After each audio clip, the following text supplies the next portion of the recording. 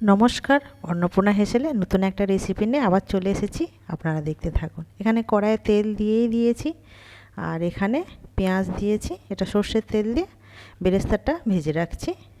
নতুন একটা রেসিপি আপনার সাথে শেয়ার করছি, নতুনভাবে যে আমি কিভাবে এটা বানিয়েছি সেটাই বন্ধুদের সাথে শেয়ার করার চেষ্টা করছি।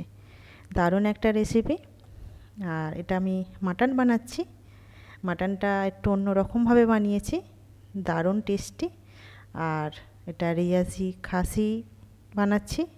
দেখুন আমি কিভাবে বানাচ্ছি, বন্ধুদের অবশ্যই ভালো লাগবে, সেই কারণে ছোট্ট করে একটা আপনার সাথে রেসিপি শেয়ার করছি। দেখুন এখানে আমার পেঁয়াজের বেরেস্তা ভাজার জন্য বসিয়ে দিয়েছি, আর কিছুটা পেঁয়াজ আমি কাঁচা রেখেছি। এখানে পেঁয়াজের বেরেস্তাটা একটু লাল করে ভেজে নেব। খুব বেশি কড়া করে ভাজবো না, একটু হালকা নরম থাকবে। আমি পেঁয়াজের বেরেস্তাটা রেডি করে নেব।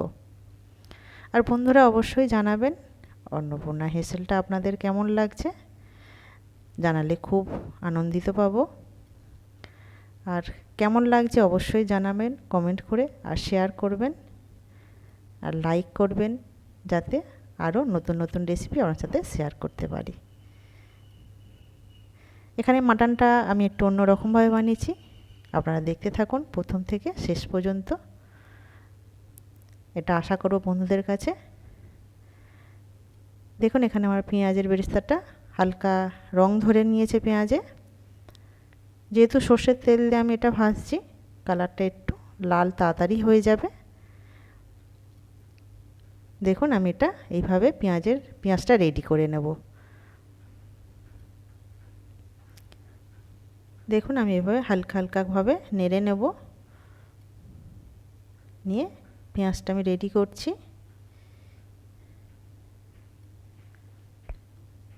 দারুণ রেসিপি বা দারুণ টেস্টি মাটন আপনাদের সাথে শেয়ার করছি। দুপুরে যদি গরম ভাতে এইরকম রেসিপি পাওয়া যায়, শুধু মাটন আর ভাত, এক থালা ভাত অবশ্যই খাওয়া যায়। দেখুন আমার পেঁয়াজটা রং ধরে এসছে, আমি এখানে রেডি করে নিচ্ছি। আর হালকা করে আর কিছুক্ষণ আমি এইভাবে নাড়বো, তারপর আমি এটা তুলে রাখবো।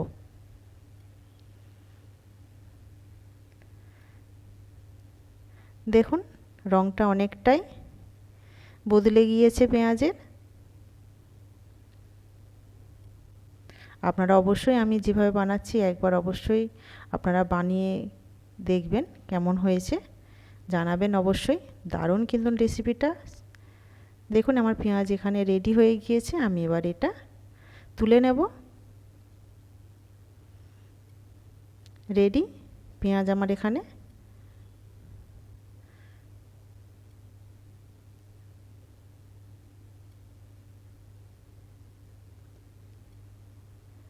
দেখুন আমার হয়ে গিয়েছে, আমি এবারে তুলে রাখছি।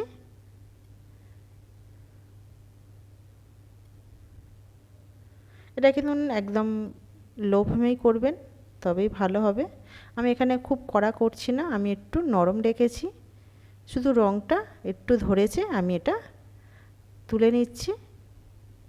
তেলটাকে ভালো করে আমি ঝরিয়ে নেব, নিয়ে এটা আমি তুলে রাখছি। আমি এই তেলের মধ্যেই আলুগুলো ভেজে নেব।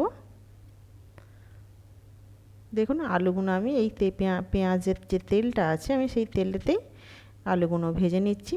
আলুর টেস্টটা দারুণ লাগবে পেঁয়াজের তেলেতে, আলু যদি ভাজা হয়। এখানে আমি বড় বড় আলু নিয়েছি, 2 পিস করে দিয়েছি প্রতিটা আলু। দেখতেই পাচ্ছেন কতটা বড় আলু এখানে। আর মাটনের আলু একটু বড় হলে তবেই ভালো লাগে। দেখুন এখানে আমার আলুটা আমি এইভাবে আস্তে আস্তে এই তেলের মধ্যে ভেজে নেব।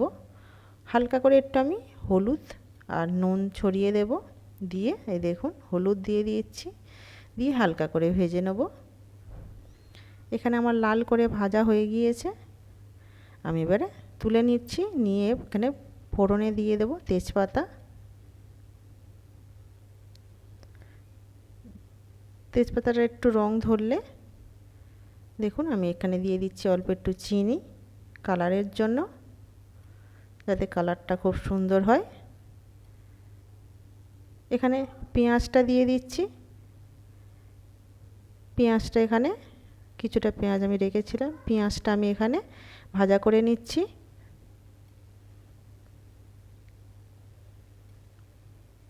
দেখুন বেশি নয়, অল্প, আমি 1 মুঠো মতন পেঁয়াজ কোচানো রেখেছিলাম, বাকিটা এখানে ভেজে নিচ্ছি। অল্প একটু নুন দিয়ে দিলাম পেঁয়াজটা একটু নরম হওয়ার জন্য।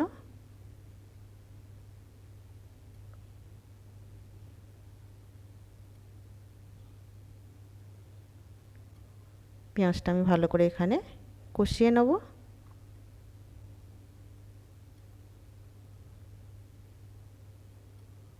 দেখুন পেঁয়াজটা আমার হালকা নরম হয়ে এসছে, কালারও চেঞ্জ হয়ে যাচ্ছে আস্তে আস্তে। আমি আর 2-1 বার নেড়ে নেব, নিয়ে মশলাগুলো দিতে থাকবো।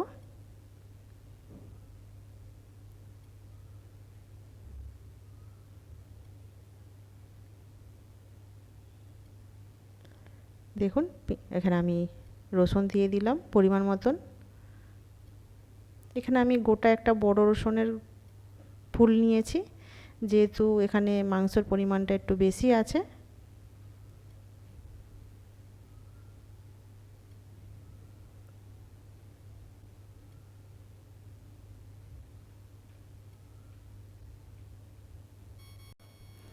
এখানে আমার মশলাটা কষানো হয়ে এসছে। দেখুন কাঁচা গন্ধ যতক্ষণ না ছাড়ছে ততক্ষণ আমি এইভাবে কষতে থাকবো। আমার কাঁচা গন্ধ অনেকটা ভাজা ভাজা হয়ে এসছে রসুনটা, আপনারা দেখলেই বুঝতে পারবেন। আমি এবার এখানে একটা ছোট্ট টমেটো দিয়ে দিলাম, দিয়ে টমেটোটা আমি এইভাবে কষিয়ে নেব যতক্ষণ না নরম হচ্ছে। আমি এটা এবারে একটু চাপা দিয়ে দেব, দিয়ে আর একটু নরম করে নেব। এইভাবে চাপা দিলে টমেটোটা তাড়াতাড়ি সেদ্ধ হয়ে যাবে, গলে যাবে, আর ভালো ভাজাও হবে। টমেটোর কাঁচা গন্ধ থাকলে ভালো লাগে না, তরকারির টেস্ট অন্যরকম লাগে। যত ভালো কষানো হবে ভাজা হবে তত ভালো টেস্ট হবে। দেখুন এখানে আমি মশলাটা ভালো করে টমেটোটা ভেজে নিচ্ছি। দেখুন কতটা নরম হয়ে গিয়েছে চাপা দিতে। এখানে আমার রেডি হয়ে এসছে টমেটো কষানো। বাকি মশলাটাও আমি পরপর দিতে থাকবো। দেখুন টমেটোটা একদম নরম হয়ে গলে গিয়েছে, ভাজা ভাজাও হয়ে গিয়েছে, কাঁচা গন্ধটাও বেরিয়ে গিয়েছে। এখানে আমি এবারে যে মাটনটা আমি শুধু এখানে টমেটো কষানোর পরে যে মাটনটা আমি দিচ্ছি, এখানে শুধু নুন আর টক দই মাখিয়ে রেখেছিলাম, সেইটা দিয়ে ভালো করে কষতে থাকবো। বাকি সমস্ত মশলা আমি পরে দিচ্ছি, এই মাটনটা একটু ভালো করে কষিয়ে নেবার পর দেব। আপনারা একবার এইভাবে বানিয়ে দেখবেন। শুধু টমেটো কষানোর পরে যে মাটনটা দিয়ে আপনারা কষছেন, এর আলাদা টেস্ট একটু অন্যরকম হবে, খেতে দারুণ লাগে, দুর্দান্ত। দেখুন এই যে জলটা আছে, জলটা একটু আমি শুকিয়ে নেব, নেবার পরে আমি এখানে মশলাগুলো দেব।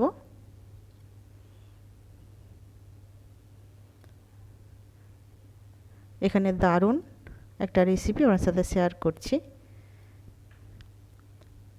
দেখুন কতটা জল বেরোচ্ছে, চর্বিটাও নরম হয়ে গিয়েছে, আরও তাড়াতাড়ি গলে যাচ্ছে চর্বির যে তেলটা। দেখুন কতটা জল বেরিয়ে কমে গিয়েছে, আর মাটনের কালারও চেঞ্জ হয়ে গিয়েছে। আমি একটু চাপা দিয়ে দিলাম যাতে বাকি যে জলটা সম্পূর্ণ টেনে যায়।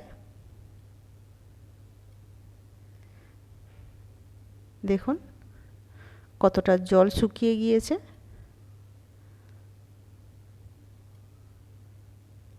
আর মাটনের কালারটা চেঞ্জ হয়ে গিয়েছে। আমি এবারে মশলাটা দিয়ে দিলাম।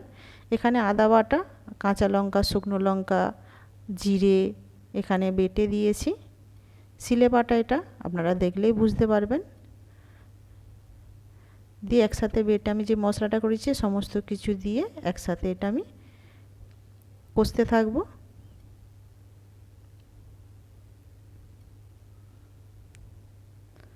এখানে আমি একটু অল্প করে কাশ্মীরি লঙ্কা দিয়ে দিলাম কালারের জন্য।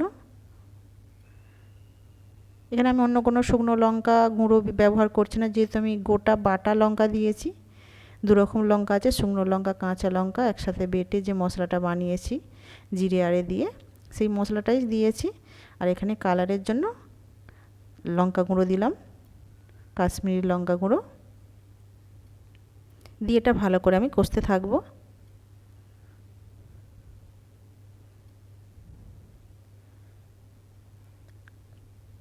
কালারটা দেখুন কত সুন্দর আসছে বাটা মশলার জন্য। আপনারা একবার অবশ্যই এইভাবে বানাবেন। আমি এবারে হলুদ গুঁড়ো দিয়ে দিলাম পরিমাণ মতন, দিয়ে এটা ভালো করে কষিয়ে নেব।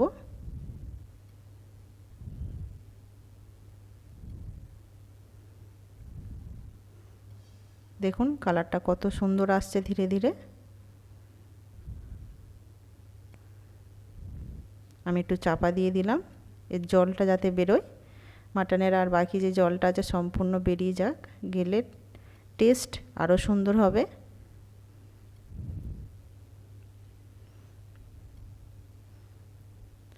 দেখুন পাশতে পাশতে তেল ছাড়তে শুরু করেছে।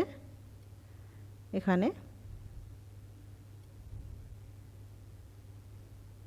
দেখুন পাশ দিয়ে তেল ছাড়ছে। আমি এখানে আর একটু নাড়াচাড়া করে নেব, ভালো করে কষিয়ে নিয়ে তারপরে আলুগুলো দেব।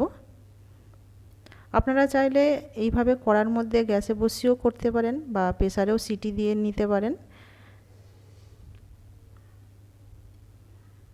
দেখুন আমি একটু চাপা দিয়ে দিয়ে এইভাবে কষতে থাকবো।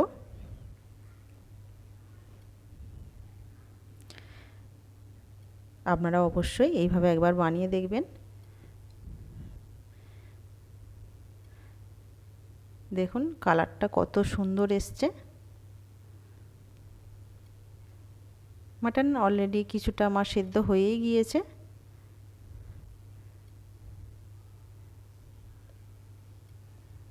আমি এইভাবে ধীরে ধীরে কষতে থাকবো, একটু টাইম লাগে যেহেতু মাটন একটু কষলে, কষাটাই হচ্ছে মেন। যত ভালো কষানো হবে, মশলা ভাজা হবে, তত ভালো টেস্ট হয়। দেখুন মশলা থেকে তেল ছাড়া শুরু হয়ে গিয়েছে। আমি কিছুটা আর একটু নাড়াচাড়া করে তারপরে আলুগুলো দেব।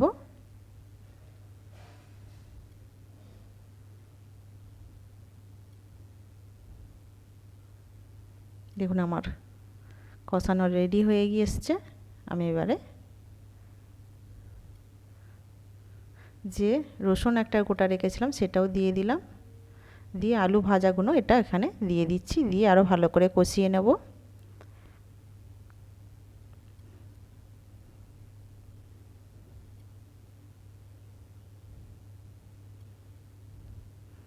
দেখুন কত সুন্দর কালার এসছে।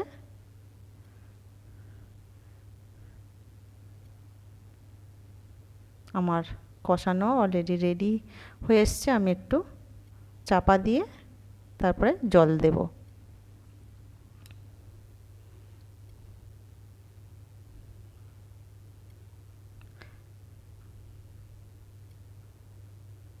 আমার রেডি হয়ে এসছে। এখানে দেখুন কষানো একদম রেডি, মশলা একদম পুরো কষানো হয়ে গিয়েছে।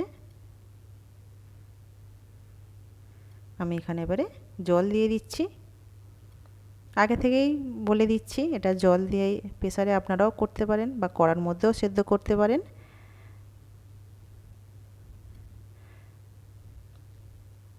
দেখুন কালারটা কত সুন্দর এসছে। আমি এইভাবে সমস্ত রেডি করে নেব। আগে থেকে ক্ষমা চেয়ে নিচ্ছি, চার্জ কমে গিয়েছে। এইভাবে বানিয়ে নিন।